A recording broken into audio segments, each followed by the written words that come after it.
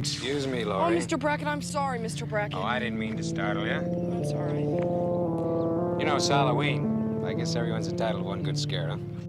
Welcome back to another scene of the series, where we go over and crown our top 3 scenes from our favorite horror movie franchises. Today, we are discussing the highest grossing horror movie franchise of all time, The Conjuring. The Conjuring is believed to be the greatest haunted house horror film ever made among horror fans, spawning 4 Conjuring films along with 6 spin-offs. And today we're only going to focus on the 4 Conjuring films. We're going to save the spin-offs for next week. The Conjuring follows Ed and Lorraine Warren's paranormal cases. Ed, played by Patrick Wilson, and Lorraine, played by Vera Farmiga. The two of them carry this franchise with their lovable and sweet relationship, really having the fans rooting for them as the series continues. And on top of all that, this franchise introduces some of the scariest horror movie villains we've ever seen. So let's all grab our Bibles and our rosaries, and let's get to the scenes. Scene of the series,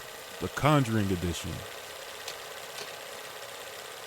Let's start with the original Conjuring, released in 2013. So the movie follows the Perron family, consisting of a mother, a father, and their 5 daughters. They realize the house that they recently moved into is being haunted by a demon. So they reach out for help, and the Warrens pick up the case, where they learn that the house is being possessed by Bathsheba, who's slowly eating away at the mother Caroline to fully possess her and kill her children.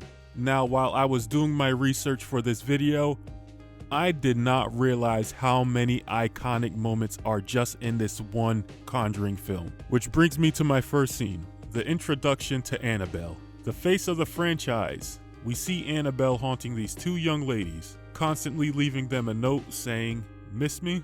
And we see this note a bunch of times in this franchise. I actually got Annabelle sitting behind me. Hopefully she stays back there too. So yeah, that scene has to be mentioned because it gave us the iconic Annabelle. Next scene is cemented in horror history as one of the scariest scenes of all time.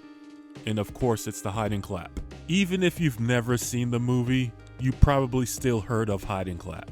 So this game hide and clap was shown to us early on in the film. And while Caroline is exploring a strange noise she heard in the basement, she's locked in there by one of the demons. The lights cut off, and now the only light source that Caroline has is a match. And as she rushes to the top of those steps, she lights the match and hears a voice saying, "Do you want to play hide and clap?" And this is where we get the iconic jump scare. A pair of hands show up in her peripherals and claps, causing the match to go out, leaving Caroline in the darkness. Another iconic scene happens right after this hide and clap scene, and that's the dresser scene. As the mother Caroline is trapped in the basement, one of the daughters, Cindy, sleepwalks and starts slamming her head against a dresser. Her sister Andrea wakes up and guides Cindy back to her bed, but she still hears that same thumping sound from that dresser.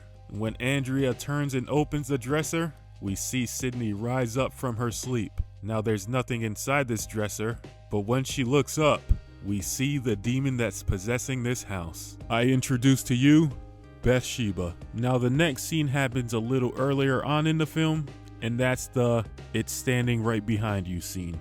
We see one of the daughters, Christine, getting her foot pulled by the demon, causing her to wake her sister Nancy, where she assures Christine that there's nothing to worry about. But as Nancy goes to close the bedroom door, Christine is frozen in fear, telling Nancy that it's standing right behind her. And we end that scene with the door slamming closed. This scene is always a little odd to me because didn't Nancy see that door slam close? And she's just standing there like nothing happened.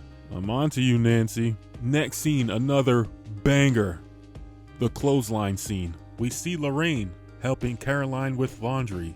When Caroline steps away for a bit, we see the sky become dark and Lorraine becoming worried. As she goes to grab a sheet, it flies off the clothesline, revealing that something was standing there the whole time.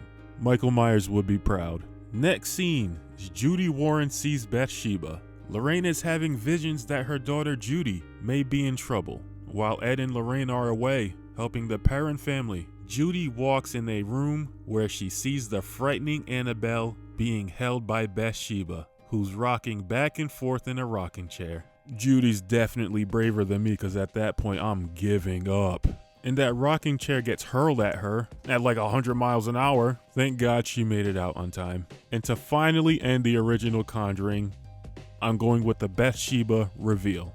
Caroline becomes fully possessed at this point, and the Warrens are performing an exorcism on her. When Ed reveals the name of the demon, we get a good look at Bathsheba, who finally shows herself to all.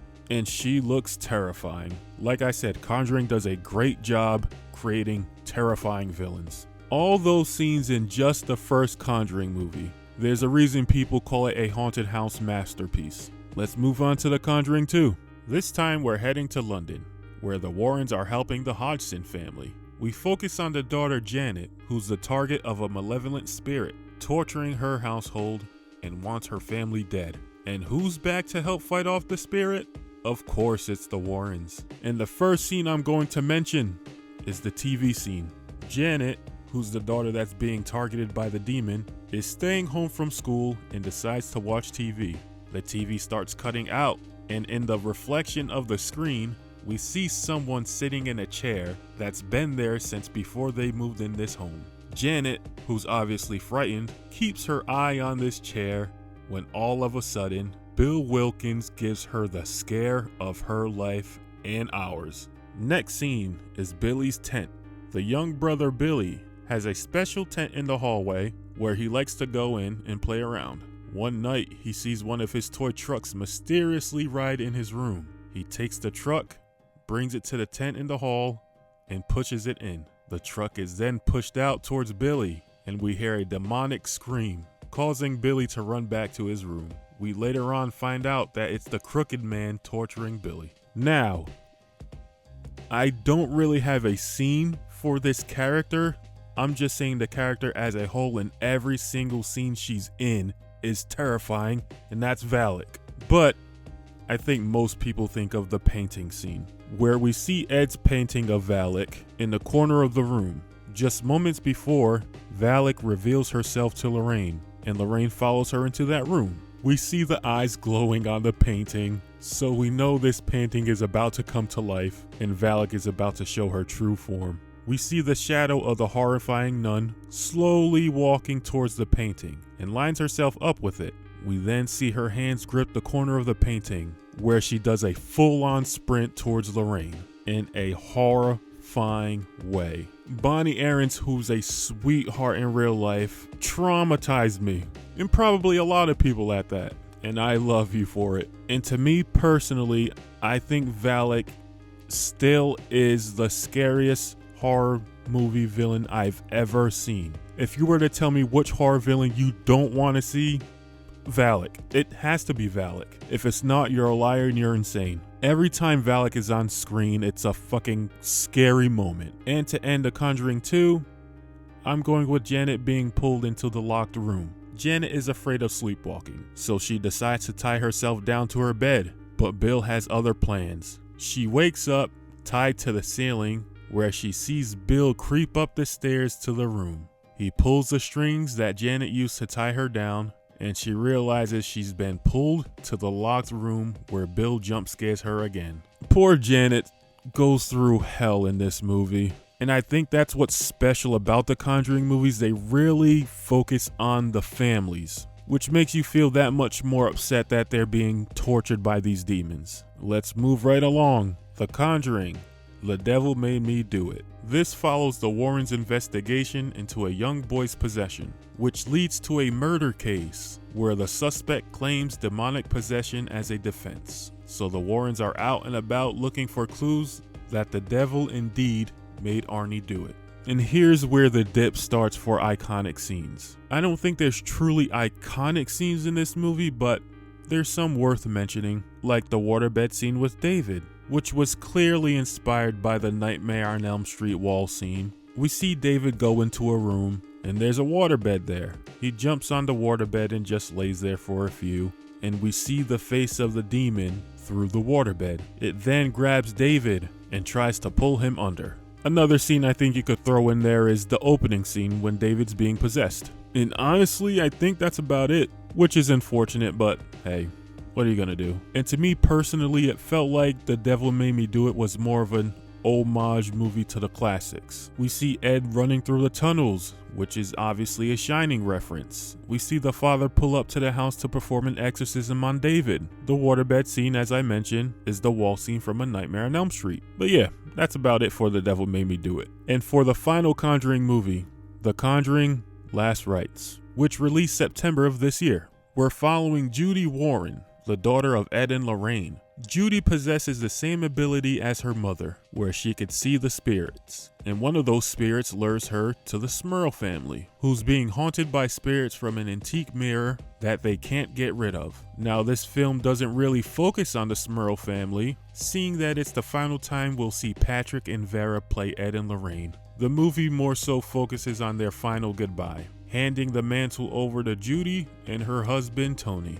Just like the previous Conjuring movie, The Devil Made Me Do It, there's really no iconic scenes in this one. There's one scene for me personally that can be considered an iconic scene, simply because it's the goodbye to Ed and Lorraine. And that's Judy Warren's wedding scene. We get a glimpse of every family that the Warrens helped along the way, seeing their faces one last time because they're just as important to the Conjuring franchise as Ed and Lorraine. And that's the Conjuring franchise, the powerhouse franchise that will be remembered as a horror classic. And as I said earlier, next time we'll be looking at the 6 spin-offs. Now it's time for the hard part.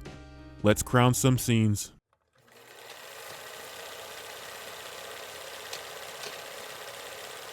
In third place, taking the bronze medal, I'm going with the Valak painting scene. It's one of the creepiest images you'll ever see in a horror film, and created a standout villain, thanks to Bonnie Aarons.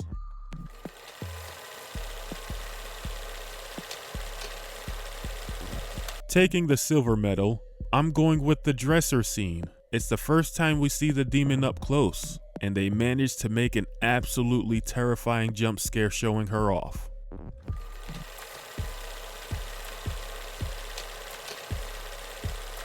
And taking the gold medal, of course, the hide and clap scene.